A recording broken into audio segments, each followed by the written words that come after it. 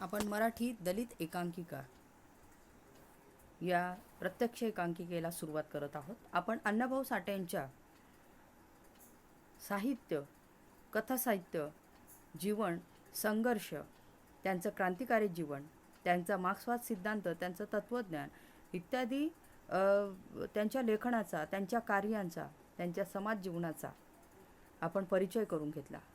त्यांचं कथासाहित्य हे गरीब, उपासमार, दारिद्र्य, गुलामीचं जीवन जगणाऱ्या लोकांच्या समस्या मांडणारं कथानक अण्णाभाऊ साठेंनी लिहिलेलं आहे. आणि या एकूण मराठी दलित एकांकिकांमध्ये अण्णाभाऊ साठेंची जी एकांकिका आहे, शेटजीचं इलेक्शन, या शेटजीच्या इलेक्शनमध्ये सुद्धा आपल्याला नाडले गेलेले लोक यांचा कसा गैरफायदा भांडवलदार, श्रीमंत, ऐपतदार, सावकार लोक घेतात, याचंच चित्रण अण्णाभाऊ साठेंनी शेटजीचं इलेक्शन या एकांकिकेमधून केलेलं आहे. अण्णाभाऊ साठेंच्या ज्या कथा आहेत, ते त्यांचं लिखाण आहे, ते लिखाण या समस्यांना तोंड फोडण्यासाठीच अण्णाभाऊ साठेंनी या सगळ्या कथा लिहिलेल्या आहेत. हे सगळं साहित्य त्यांनी यासाठीच लिहिलेलं आहे. एक मार्क्सवादी सिद्धांत नेहमीच अण्णाभाऊ साठे सांगताना दिसतात की ज्या वेळेला संपत्तीचं समसमान वाटप होईल, त्यावेळेला सर्व समाज सुखी होईल. हा त्यांचा एक आदर्श सिद्धांत जो आहे, तो सिद्धांत अण्णाभाऊ साठे मांडताना दिसतात. परंतु तो सिद्धांत स्वीकारला गेलेला नाही आहे. आणि तो सिद्धांत स्वीकारण्यासाठी ते पांढरपेशा समाजाची मानसिकता बदलण्याची एक आवश्यकता आहे, असं प्रतिपादन अण्णाभाऊ साठे आपल्या साहित्याच्या माध्यमातून करतात. शेटजीचं इलेक्शन या एकांकिकेमध्ये सुद्धा जो धोंडी आहे, त्या धोंडीची जमीन या शेटजींनी बळकवलेली आहे. दुसऱ्या महायुद्धाच्या कालखंडामध्ये जे राशन गरीब लोकांना येणारं होतं, ते राशनचा परस्पर अफरातफर या शेटजींनी केलेली आहे. आणि त्या शेटजीने पैसे देऊन काँग्रेसचं तिकीट मिळवण्याचा तो प्रयत्न केलेला आहे. आणि हे सगळं ज्या लोकांना समजतं, किसान सभेची लोक आहेत, त्या किसान सभेच्या ज्या प्रामाणिकपणे कामं करणारी जी कार्यकर्ते आहेत, त्या कार्यकर्त्यांना जेव्हा कळतं की अशा माणसाला तिकीट दिलं जातं आहे, त्यावेळेला किसान सभा म्हणजे लाल बावटा, या लाल बावटाच्या लोकांनी या शेटजीच्या विरुद्ध उभे राहण्याची हिंमत दाखवलेली आहे. अण्णाभाऊ साठेच्या एकांकिकेतली लोक ही अशीच हिंमत दाखवणारी आहेत. त्यांचा वारणेचा जो वाघ आहे, वारणेचा वाघ असेल, फकीरा असेल, त्यांची जी पात्र आहेत, ही पात्र विद्रोह करतात, संघर्ष करतात. जी प्रस्थापित व्यवस्था आहे, ती प्रस्थापित व्यवस्थेविरुद्ध विद्रोही करण्याचं सामर्थ्य त्यांच्यामध्ये आहे. आणि या शेटजीच्या इलेक्शन या कथेमध्ये सुद्धा आपल्याला किसान सभेचा जो सत्य आहे, तो सत्य आपल्याला या शेटजींविरुद्ध लढताना दिसतोय. किसान म्हणजे शेतकरी, मूळ या शेतकरी जो अन्नधान्य पिकवतो, जो जगाचा पोशिंदा आहे, त्या जगाच्या पोशिंद्यालाच उपाशी ठेवण्याची जी किमया इथले सावकार, श्रीमंतदार आणि भांडवलदार साधतायत, तेच त्याविरुद्ध लढण्याचं जे बळ आहे, ते बळ अण्णाभाऊ साठेंच्या पात्रांमध्ये कुठून येतं, तर त्यांच्या वैचारिक जाणीवेतून येतं. ही वैचारिकता, ही क्रांतिकारकता आपल्याला अण्णाभाऊ साठेंच्या शेटजीचं इलेक्शन या एकांकिकेमधून बघायला मिळते. तिथे या सत्याची पत्नी जी तारा आहे, ती तारा शेटजींचा जो नोकर आहे धोंडी, या धोंडीला वेळोवेळी ती जाणीव करून देते की तुम्ही गुलाम आहात, शेटजींचे गुलाम आहात, शेटजींचा तुम्ही प्रचार करताय. शेटजींनी पैसे देऊन हे तिकीट विकत घेतलेलं आहे. काँग्रेस पक्षाला पैशांची गरज होती आणि त्यांनी पैसे देऊन 50,000 रुपये देऊन त्यांनी तिकीट खरेदी केलेलं आहे. अशी खरेदी केलेली लोक जे तिकीट विकत घेत असतील तुमच्यासारख्या गरीब लोकांचं कसं काय भलं करणार आहेत हे तारा या पात्रामधून धोंडीला समजवते. कारण धोंडीची जमीन जी आहे ती जमीन शेठजीने बळकावलेली आहे. त्याची 4 एकर जमीन त्याच्याशी गोड बोलून शेठजीने आपल्या नावावर करून घेतलेली आहे आणि त्याला सांगितलेलं आहे की तू या जमिनीवर राब, म्हणजे नौकर म्हणून त्या ठिकाणी तुझ्याच जमिनीवर तुला राबायचं आहे आणि त्याचा मोबदला मात्र आम्ही घेणार. सुरुवातीला धोंडीला हे कळत नाही की आपली जमीन आपल्या मालकाने आपल्या नावावर करून घेतलेली आहे आणि आपल्या शेतात आपण गुलाम म्हणून राबत आहोत, आपण मजूर म्हणून राबत आहोत, याची जाणीव त्याला मात्र झालेली नव्हती. ही जाणीव तारा त्याला करून देते की तुम्ही अशा पद्धतीचं जीवन जगू नका. तुम्ही गुलाम बनत आहात आणि गुलामीचं हे जीवन तुम्ही सोडून द्या. तुम्ही माणसं म्हणून जगा. किसान सभेचे जे आता नवीन जे उभे आहेत सत्या, त्या सत्याला तुम्ही सपोर्ट करा, त्यांना निवडून द्या. ते तुमच्या शेतकऱ्यांसाठी कामं करतील. कारण हे शेठजी दुसऱ्या महाविद्यालयातल्या जे धान्य होतं, रेशनिंगचं धान्य होतं, त्या रेशनिंगच्या धान्याची अफरातफर करून ते बक्कळ पैसा त्यांनी कमवलेला आहे आणि तो बक्कळ पैसा त्यांनी तिकिटासाठी दिलेला आहे. तो निधी दिलेला आहे पक्षाला आणि पक्षाने त्यांना तिकीट दिलेलं आहे. अशा वेळेला तुम्ही जरी एक प्रस्थापित पक्ष जरी असला आणि प्रस्थापित पक्षाचं तिकीट जरी शेठजींना मिळत असलं तरी शेठजी मात्र लोकांचं शोषण करतोय हे सगळ्या गावातल्या लोकांना माहिती आहे आणि असंच तो लोकांना पैसे देऊन तो निवडूनही येईल, परंतु 5 वर्ष मात्र तो कोणाचीच कामं करणार नाही याची जाणीव तारा धोंडीला करून देते आणि या सर्व लोकांना ती आवाहन करत आहे की तिच्या नवऱ्याला सत्याला म्हणजेच किसान सभेच्या उमेदवाराला सपोर्ट करा आणि या उमेदवाराला सपोर्ट केल्यानंतर तो तुमच्या समस्या या विधानसभेमध्ये मांडेल, त्या समस्यांना तोंड फोडेल आणि सरकार तुमची कामं मार्गी लावेल. हा एक आशावाद या एकांकिकेमधून आपल्याला दिसून येईल. काही निवडक ज्या दलित एकांकिका आपण या ठिकाणी अभ्यासाला घेतलेल्या आहे त्या म्हणजे शेठजीचं इलेक्शन आहे, अण्णाभाऊ साठे लिखित ही एकांकिका आहे. जहाज फुटलं आहे ही जी एकांकिका आहे ही दत्ता भगत यांनी लिहिलेली आहे. गोडभर पाणी ही प्रेमानंद गजबी यांनी लिहिलेली एकांकिका आहे. डोया हुईसन आंधया ही जे एकांकिका आहे ही एकांकिका ही खानदेशातील एकांकिका आहे आणि त्याचे लेखक आहेत भगवान ठाकूर. आणि 5वी जी एकांकिका आहे ती म्हणजे बायको मी देवाची, रामनाथ चव्हाण. ही जी या एकांकिकेचा अभ्यास आपल्याला करायचा आहे. आणि दुसरी जी एकांकिका आहे आपल्याला 6वी ती म्हणजे ऐन आषाढात पंढरपुरात, संजय पवार लिखित ही एकांकिका आहे. अशा 6 एकांकिकांचा अभ्यास आपल्याला या निवडक दलित एकांकिकांमध्ये करायचं आहे. ही शेठजींचं इलेक्शन, जहाज फुटला आहे, घोडभर पाणी, डोया हुईसन आंधया, बायको मी देवाची आणि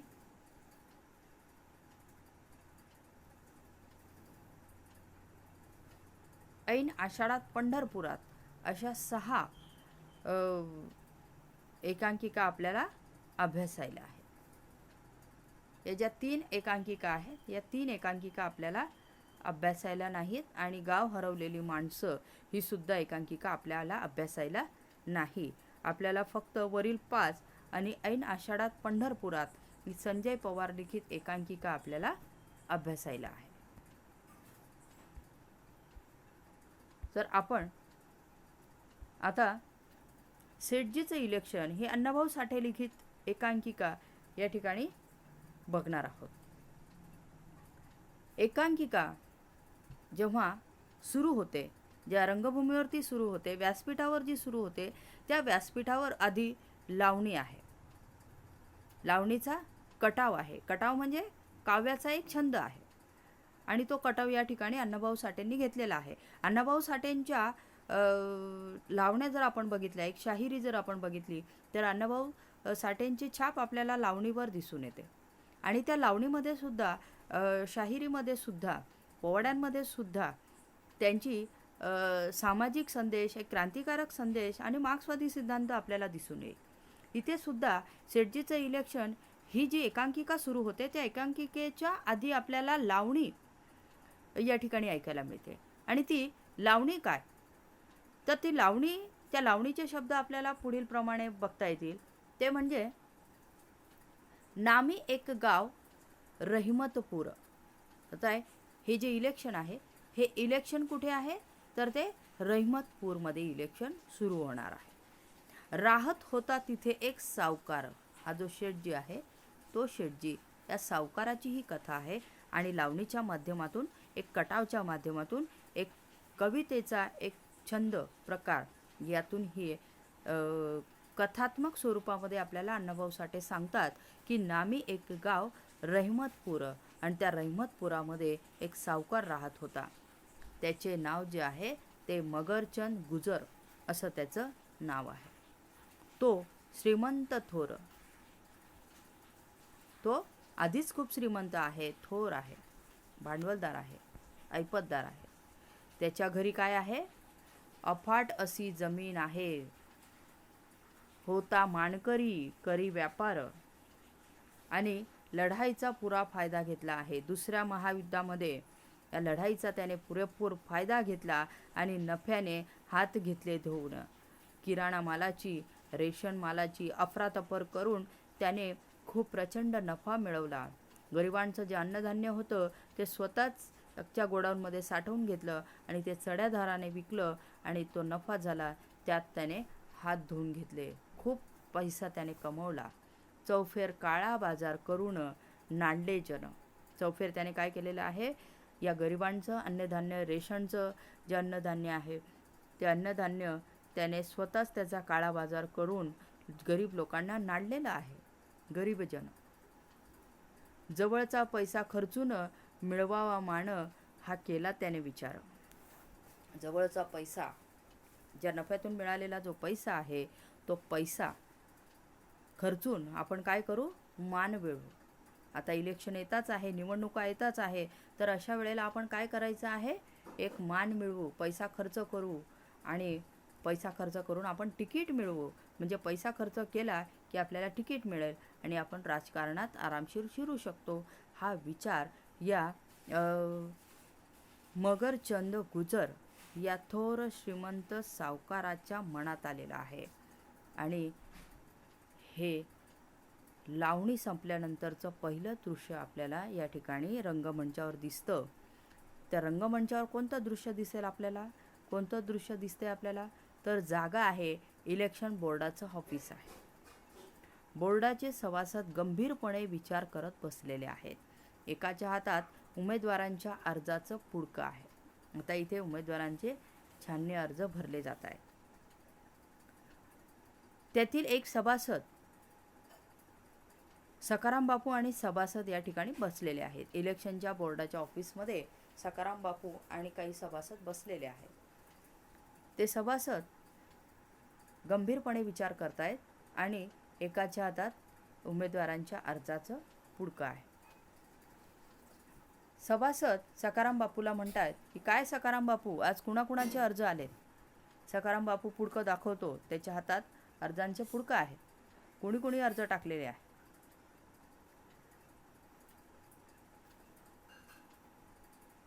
तो अर्ज दाखवत म्हणतो, हे पहा, भाराभार अर्ज आले आहेत.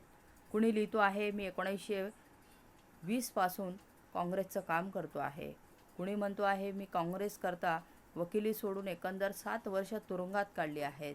तर शिष्ट सांगतायत मी दिवसातून फक्त 6 तास झोपतो आणि 18 तास चरख्यावर सूप कातत असतो. म्हणजे एवढे मी प्रचंड काँग्रेसची कामं करतोय, मी तिकिटाचा हकदार आहे, असे लोकांचे अर्ज आलेले आहेत. गंभीर होऊन सखाराम बापू सांगतो की या मूर्खांना समजत नाही की काँग्रेसमध्ये काम करणे आणि काँग्रेसच्या तिकिटावर कायदेमंडळ काबीज करणे याचा अर्थार्थी काहीही संबंध नाही. की तुम्ही काँग्रेसचं काम करत आहात म्हणून तुम्हाला कायदेमंडळात प्रवेश मिळेल असा त्याचा अर्थ होत नाही. काँग्रेसमध्ये काम करणं आणि काँग्रेसच्या तिकिटावर निवडणूक लढवणं आणि काँग्रेसची जागा काबीज करणं याचा अर्थार्थी काही संबंध नाही आहे, हे सखाराम बापू या शब्दातून सांगतायत. या मूर्खांना समजत नाही की प्रामाणिकपणे काम करणं वेगळं आणि एखाद्याला इलेक्शनचं तिकीट देणं वेगळं. या दोन्ही वेगवेगळ्या गोष्टी आहेत आणि या दोन्ही गोष्टींची सरमिसळ हे सभासद करतायत. सभासद म्हणतोय ते जाऊ द्या हो, पण आज विचारात घेण्याजोगा एक तरी अर्ज आहे की नाही. आपल्याला अर्ज निवडायचा आहे आणि आपण कोणाचा अर्ज निवडणार आहोत, एखादा अर्ज आहे का असा लक्षात घेण्यासारखा. तसा एक अर्ज आहे, सखाराम बापू सांगतात. कुणाचा बुवा, सभासद विचारतायत, कुणाचा अर्ज आहे तसा. सखाराम बापू म्हणतायत, ओळखा पाहू. कमीत कमी 50,000 रुपये निवडणूक फंडाला मिळतील. बोला कोण असेल असा. 50,000 निवडणूक फंडाला. सभासद आश्चर्यचकित झालेले आहे आणि म्हणतात की 50,000 कोण बुवा आहे. काही मती नाही चालत. मती म्हणजे बुद्धी, डोकं नाही चालत आहे. कोण असेल काही माहिती नाही.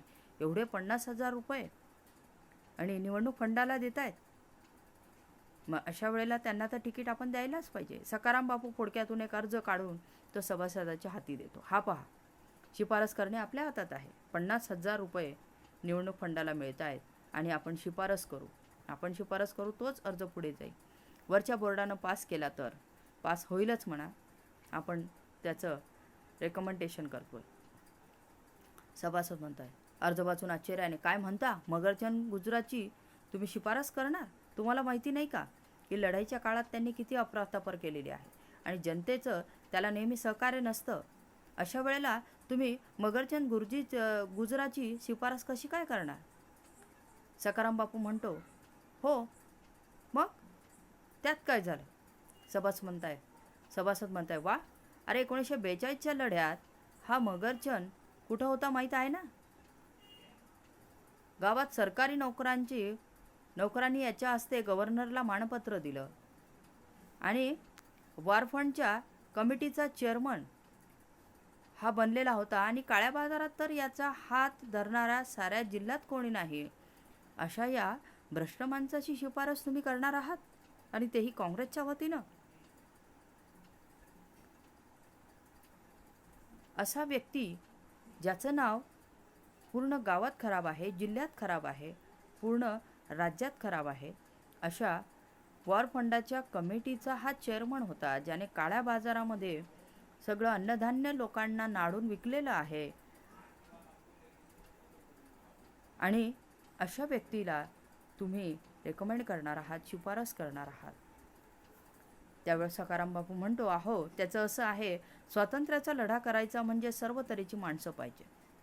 तारा तोडणारे, गाड्या पाडणारे, लढाऊ वीरही पाहिजेत आणि कायदेमंडळात जाऊन डावपेच खेळणारेही पाहिजेतच की. कायदेमंडळाचं राजकारण म्हणजे निराळी चीज आहे हो. त्यात असे लोकही चालणारच की. पैसे असतील तर अशी लोक पैशाने सगळी कामं करतील. मग ती भ्रष्ट असो की काही असो, सगळ्या प्रकारची लोक मंत्रिमंडळात आपल्याला पाहिजे आहे. सभासद म्हणताय, राजकारण म्हणजे काय. आम्हाला काही पसंत नाही बुवा तुमचं हे. सखाराम बापू खिशातून एक कागद काढून म्हणतो, शिवाय या सूचना आलेल्या आहेत वरच्या पार्लमेंटरी बोर्डाकडून. आणि सखाराम बापू सूचना जोरजोरात वाचायला लागतो. जरा घरदार असलेली अशीच माणसं निवडावीत. पार्लमेंटरी बोर्डाकडून आलेल्या सूचना सखाराम बापू त्या सभासदांना वाचून दाखवतो आहे की घरदार चांगली असणारी म्हणजे स्वतःच्या पैशाने इलेक्शन लढवणारी माणसंच आपल्याला पाहिजे आहेत, असं आपल्या पार्लमेंटरी बोर्डाकडून सुद्धा आलेली आहे. म्हणजे इलेक्शन फंडावर विशेष स्थान येणार नाही म्हणून अशी माणसं जी स्वखर्च करू शकतात, जो निधी देऊ शकतात, अशीच माणसं आपल्याला निवडायला पाहिजे. सभासद म्हणते, अहो पण. सखाराम बापू आता हुकमी आवाजात म्हणताय, पण नाही नि बिन नाही. आम्हाला सर्व प्रकारची माणसं ह्या राजकारणात हवी आहेत. माझा निर्धार एकदा झाला तो झाला. मगरचंद गुजर त्या ठिकाणी आता इलेक्शन बोर्डाच्या ऑफिसमध्ये आलेला आहे. डोकीला तांबडी पगडी असून अंगात पांढरा कोट आहे.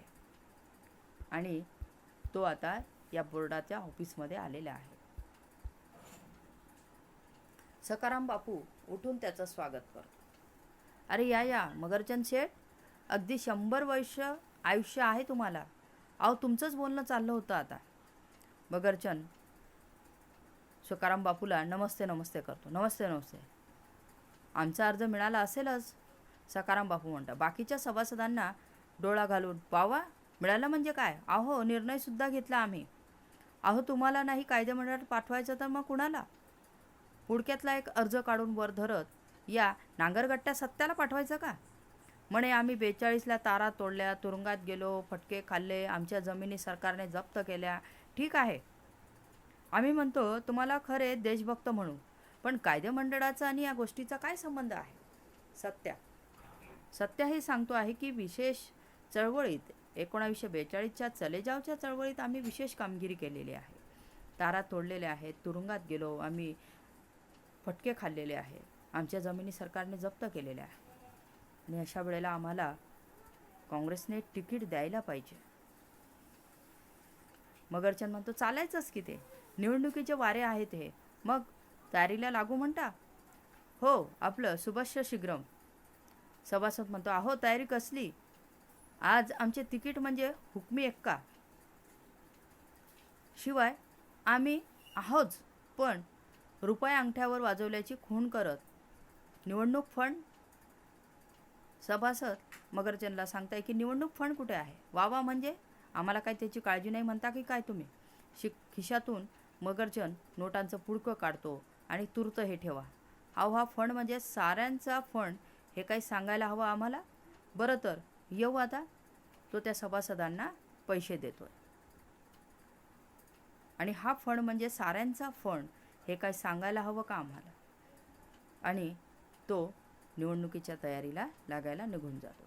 इकडे सखाराम बापू म्हणतोय, मगरजगांच्या पगडीकडे बोट दाखवत म्हणतो, पण शेठजी हे जरा. सखाराम बापूला हे पैसे कमी वाटत आहेत, कारण मगरचंद शेठने 50,000 रुपये देण्याचं कबूल केलेलं आहे, म्हणून हे पैसे त्याला थोडेसे कमी वाटत आहेत. मगरचंद म्हणतो हा म्हटलं तुमच्याकडून नकार मिळालाच तर महासभेकडे जायला लागणार तेव्हा. मगरचंद पगडी काढतो. आत गांधी टोपी असते. बरं नमस्ते, आमच्याकडे लक्ष असू द्या आणि फंडाबिंडाची काही फकीर करू नका. जाता गाणे म्हणतो, मला तिकीट मिळालं, मी असेंब्ली मेंबर होणार. असेंब्ली म्हणजे संसदेचा मेंबर होणार. आजवर होतो कावळा, केला बाजार काळा. आजवर होतो कावळा, काळे बाजाराचे धंदे मी केले. मी भ्रष्ट होतो आजवर, मी केला बाजार काळा. ढवळा बगडाच आता मी शोभणार. राजकारणामध्ये मी काय करणार? राजकारणात जाऊन मी आता पांढरा शुभ्र बगळा होणार. शंभू उमावरा शुभ्र गंगाधारा. नमून जयकार क्रांतीचा करणार. पर्वणी ही भली सफेद गंगा आली. न्हावून पावण तिच्यामध्ये होणार. मी आता पांढरा शुभ्र बगळा होणार. आला क्रांतीचा पूर, राजे किसान मजदूर, क्रांतिवादी खरा मीच ठरणार. हे गाणं मगरचंद म्हणतोय. आणि ते गाणं म्हणता मगरचंद व्यासपीठावरून चालता झालेला आहे. आणि मगरचंदाची पाठ फिरता सभासद म्हणतो, हा नंदी आता कायदेमंडळात जाऊन काय करणार आहे? काय कळतं याला कायदेमंडळातलं? तो म्हणतोय की आला क्रांतीचा पूर, राजे किसान मजदूर, क्रांतिवादी खरा मीच ठरणार. किसान मजूर हे राजे ठरतील या क्रांतिकारकाच्या युगामध्ये. न्हावून पावण तिच्यामध्ये मी होणार. ही भली पर्वणी आलेली आहे, सफेद गंगा आलेली आहे, आणि त्या सफेद गंगेमध्ये मी पांढरा शुभ्र बगळा होणार आहे. आतापर्यंत मी काय होतो? काळा कावळा होतो, काळे बाजार केलेले आहेत, आणि अशा वेळेला आता मात्र मीच खरा क्रांतिकारक ठरणार आहे. सखाराम बापू म्हणतो, अहो असे नंदीच पाहिजेत तिथे. सारे उमा वल्लभ होऊन कसं काय भागेल? उमा म्हणजे पार्वती. तिच्यासारखे कामं करणारे पवित्र कामं करणारे कसे काय चालतील? सगळेच उमावल्लभ होऊन चालणार नाही आहेत. तेवढ्यात त्या इलेक्शन बोर्डाच्या ऑफिसमध्ये सत्तू येतो.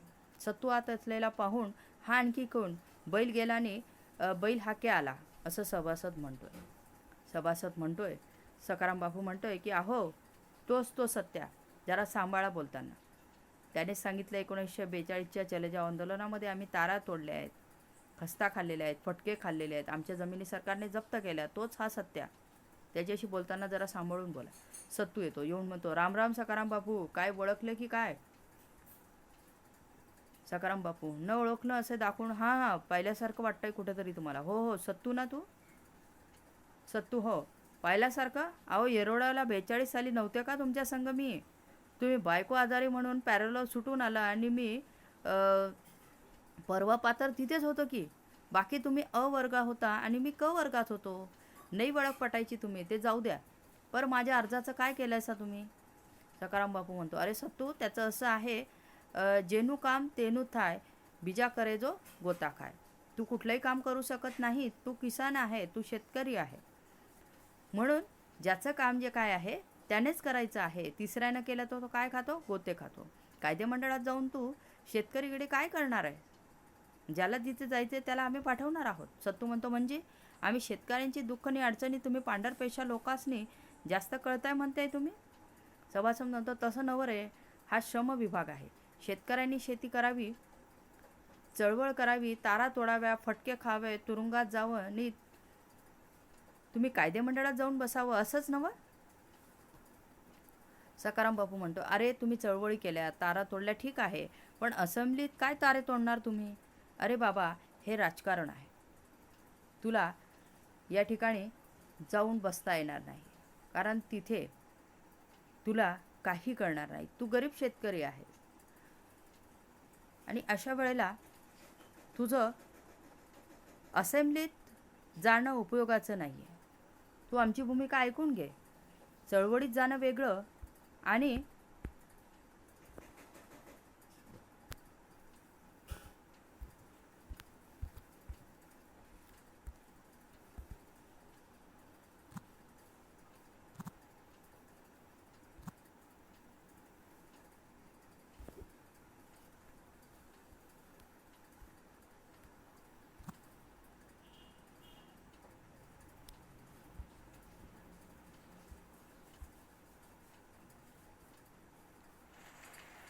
आपण हमीद दलवाईंची दुसरी कथा, बाबूखानचा ग्रामोफोन.